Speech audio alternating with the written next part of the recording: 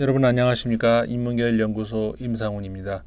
다른 나라의 언론이 보도한 내용 중에서 우리가 한번 재밌게 볼 만한 내용 하나씩 골라서 소개를 해드리는데, 오늘도 한 가지를 소개를 해드릴까 합니다. 최근에 일본 언론에서 나온 내용인데요. 코로나와 관련해서 우리나라에서도 이제 그렇게 생각하시는 분도 계실 거예요. 코로나만 너무 얘기하는 거 아니냐. 그런데 전 세계가 그래요. 특히 우리나라보다 더 하죠. 우리나라는 이제 코로나가 일상에서 가장 중요한 테마에서부터 살짝 이제 옆으로 비껴나려고 하는 그런 상황인 반면에, 아직 여전히 우리나라도 중요하지만 외국 같은 경우는 특히 서유럽, 중남미, 미국 전부 다 마찬가지죠. 일본, 거의 전 세계가 아직까지도 굉장히 위기를 크게 겪고 있는 그런 나라들도 많이 있고, 어쨌든 현재로서는 가장 전 세계적으로 큰 이슈이기 때문에 전 세계의 언론들도 이 부분을 거의 주로 이제 많이 다루고 있습니다. 최근에 그런 생각이 들어요. 일본 같은 경우도 진단 키트가 많이 부족합니다. 그래서 우리나라의 검사 건수보다 많게는 우리나라의 10분의 1, 적게는 5분의 1 정도 수준밖에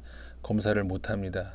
진단키트가 절대 부족하기 때문인데, 그래서 현재 기준으로 확진자 수도 당연히 우리보다 이제 더 많고, 아직 2배까지는 아니지만 1배 반 정도 우리보다 더 많죠. 물론 이것도 더 앞으로 벌어지게 될 것 같고, 사망자는 이미 2배를 넘어섰고, 그런데 현재 실제 일본에서 벌어지고 있는 그런 상황들에 비해서는 집계된 피해자 수가 적어요. 그런 거를 흔히 우리가 이제 저는 저수지의 비유를 많이 하는데, 저수지에 물이 이제 별로 없다가 비가 오기 시작을 할 때 물이 점점 차오르죠.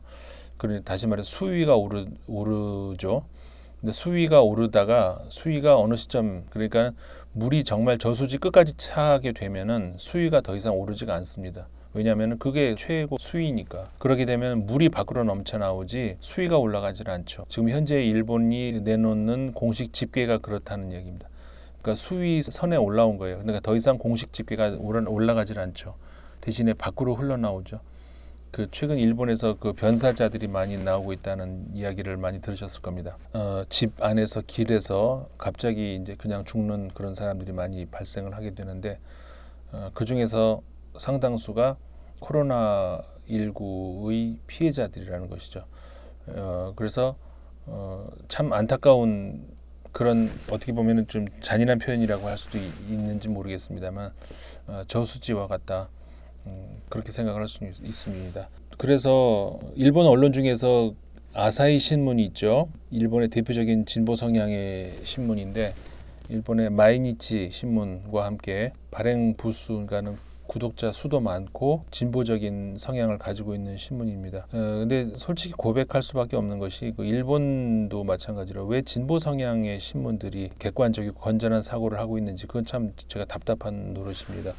그렇지 않을 수도 있잖아요. 보수 성향의 신문도 건전한 사고와 열린 사고를 가질 수도 있을 텐데, 일본도 그러지 못하다는 것. 아사히 신문에서 세계의 표준이 된 한국식 코로나 검사, 왜 일본은 채용하지 않는가, 그런 보도가 있었습니다. 그러니까 여기서 분명히 아사히 신문이 한국 모델을 세계 표준이라고 표현을 했어요. 세카이 요준노 한국식 코로나検査, 다시 말해서 세계 표준의 한국식 코로나 검사, 이렇게 할 수가 있는데, 그런데 왜 일본은 수용하지 않느냐, 이런 내용입니다.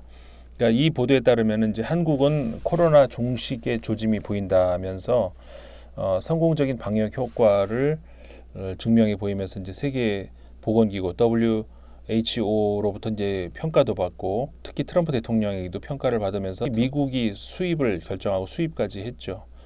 이제 그런 것과 달리 일본은 그러지를 못하고 있다는 것이죠. 그리고 트럼프 대통령과 문재인 대통령이 통화를 하면서 진단키트를 수출하기로 한 그날이 3월 24일인데, 그 3월 24일이 공교롭게 아베 총리가 IOC 토마스 바흐 회장과 전화통화를 한 후에 도쿄올림픽을 연기하기로 한 날, 그날이 또 3월 24일. 공교롭게 두 날이 겹쳤죠. 우리가 의도한 것도 아니고 일본이 의도했을 리도 당연히 없을 텐데, 어쨌든 그렇게 되면서 한국 사람들의 프라이드는 높아졌고, 일본 사람들은 지금 굉장히 불안한 그런 속에 살고 있는데, 왜 그럼에도 불구하고 방역에 대한 한국 도움을 받지 않느냐, 이제 이런 이야기입니다. 요즘에 그 한국 사람들 중에서 일본을 우리가 왜 도와줘야 되는데 이제 이렇게 생각하는 사람들 있어요. 그리고 과거에 도와주었더니 돌아오는 반응이 뭐였냐? 근데 왜 우리가 도와줘야 되느냐? 이런 반응을 하시는 분들도 있는데 저의 생각은 그렇습니다. 누군가를 돕는다는 것은 인간의 기본적인 본성이라고 할 수가 있어요. 누군가를 돕는다는 것은 그 사람으로부터 보상을 받기 위해서가 아니라는 겁니다. 인간의 본성 안에 들어있어요. 그거는 뭐 동서양 철학자들이 다 이야기를 했던 것인데 왜 그러느냐? 냉정하게 노골적으로 얘기하면 그렇죠. 누군가를 도와줬을 때 내가 쾌락을 느끼기 때문에 그렇다는 거예요. 누군가를 도와줬는데 기분이 더러워진다든가 그러면 도와주질 않죠. 근데 누군가를 도와주는 행위 자체로 우리는 기분이 좋아진다. 다시 말해서 쾌락을 느낀다는 겁니다. 인간은 쾌락 때문에 행위를 하는 거예요. 쾌락이 이끄는 대로 인간은 살아가게 됩니다. 우리가 옛날에 학교 다닐 때 도덕 시간이었던가요? 국민윤리 과목 이런 데서 잘못 배운 게 있어요. 왜 흔히 이렇게들 배우신 분들 있죠. 에피쿠로스 학파는 쾌락주의고 스토아 학파는 금욕주의다. 이렇게 하면서 그 쾌락주의와 금욕주의가 어떤 그 대립관계를 이루는 것처럼 배우는데 사실 그렇지가 않아요. 인간은 누구나 쾌락을 추구를 하고 다만 그 쾌락을 추구하는 데 있어서 어떻게 하는 것이 더 쾌락을 주느냐 이 차이가 있다는 것입니다.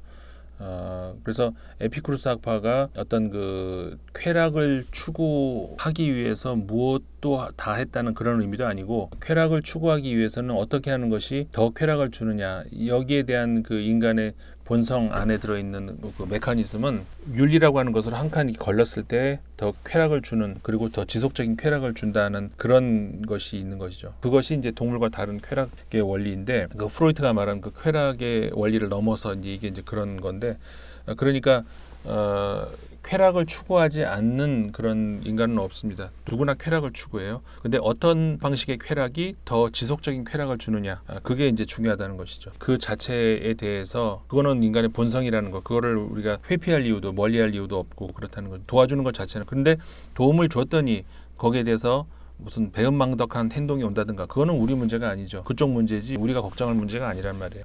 우리는 우리가 할 수 있는 그 인간의 본성을 다하면 된다는 것이죠.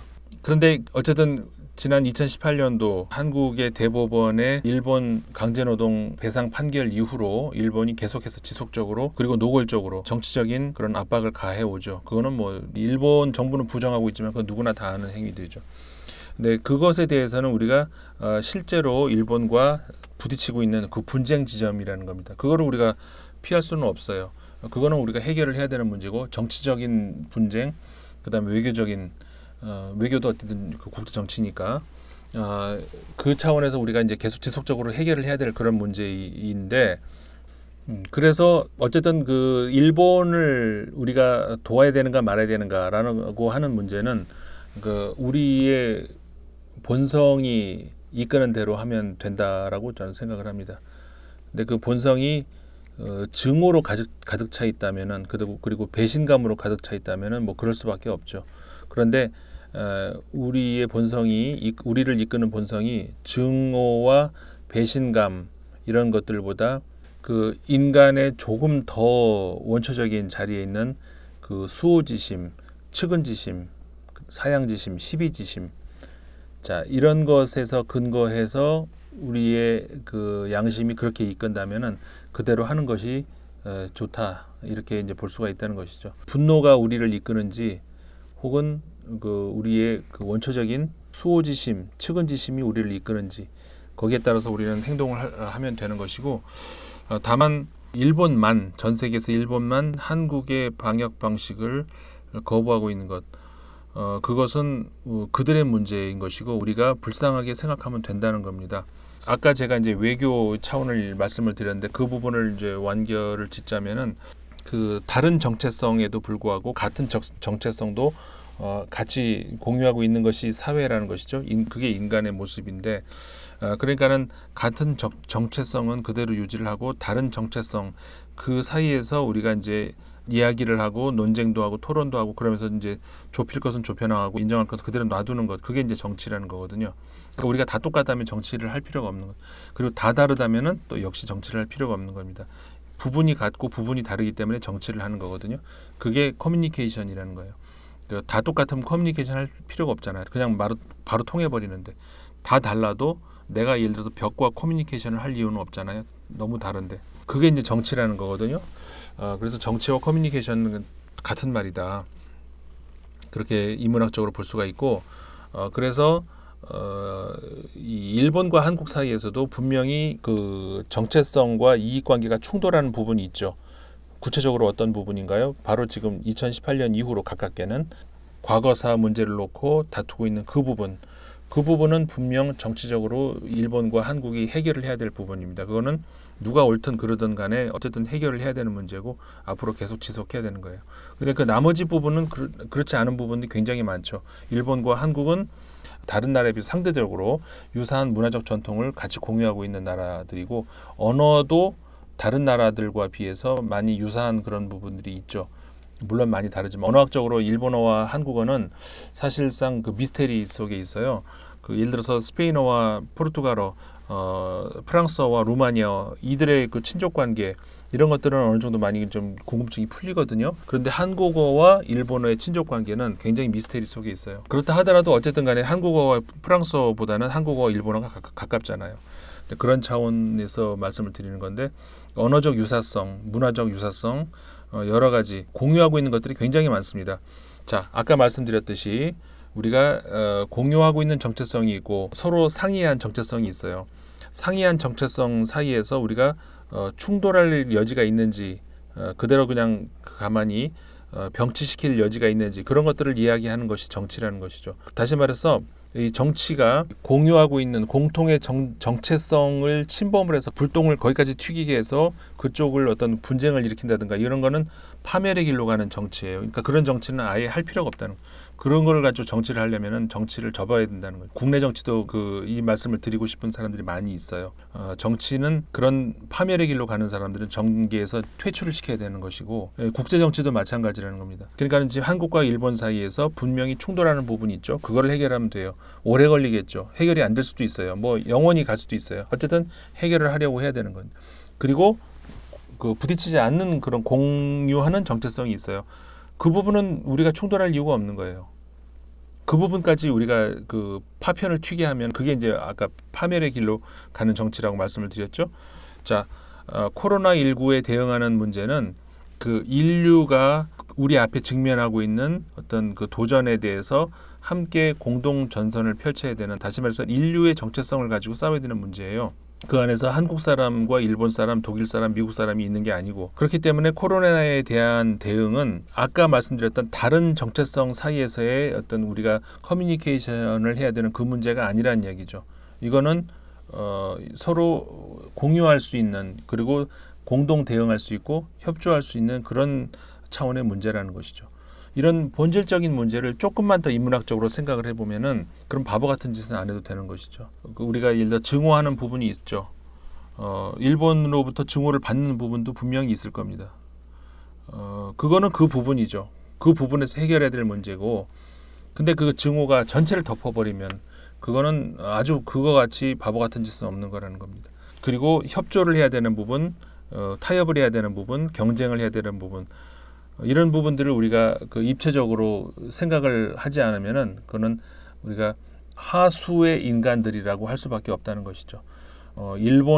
일본인들에게도 하고 싶은 말이고 한국인들에게도 하고 싶은 말이기도 합니다. 좀 더 인문학적인 인간이 돼야 될 것 같습니다. 오늘 제가 드리고 싶은 말씀은 여기까지고요. 다음 시간에 또 다른 주제로 찾아뵙겠습니다. 고맙습니다.